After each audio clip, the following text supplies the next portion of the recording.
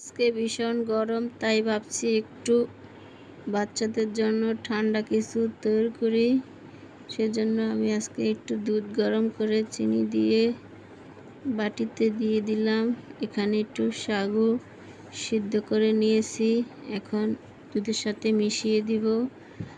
আর কিছুটা আম কেটে টুকরো টুকরো করে নিয়েছি, এখানে মিশিয়ে আমি কিছুক্ষণের জন্য ফ্রিজে রেখে দিব।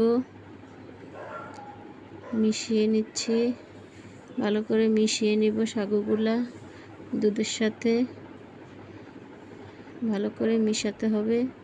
সাগুগুলা দলো দলো হয়ে রয়েছে, এজন্য আমি একটু ভেঙে দিচ্ছি।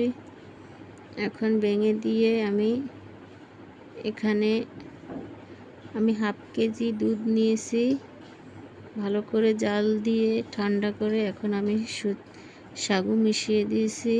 এখন আমি আমগুলা কেটে রেখেছি ছোট ছোট করে, এখন দুধের সাথে সাগুর সাথে মিশিয়ে দিয়ে একটু নাড়াচাড়া দিয়ে আমি 1-1.5 ঘন্টার জন্য নরমালে রেখে দেব।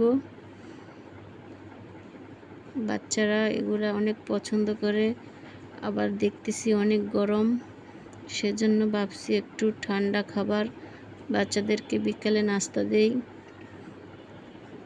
সেজন্য আমি বানিয়ে নিয়েছি,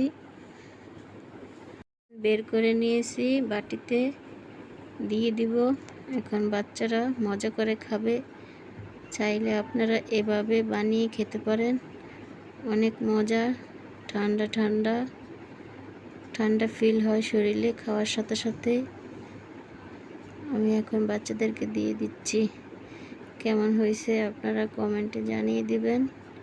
একদম সোজা বানাইতে আপনারা যদি চান তাহলে হাফ কেজি দুধ জাল করে নেবেন, ভালো করে চিনি দিয়ে, যে যেরকম মিষ্টি খায় ওরকম জাল করে নিয়ে জাস্ট ঠান্ডা করে এখানে সাগুগুলো সিদ্ধ করে এভাবে মিশিয়ে আমগুলো ছোট ছোট করে কেটে আমার মতো এরকমভাবে বানিয়ে ফেলবেন। এখন তো সবার ঘরে আম আছে, চাইলে সব সময় এরকম বানিয়ে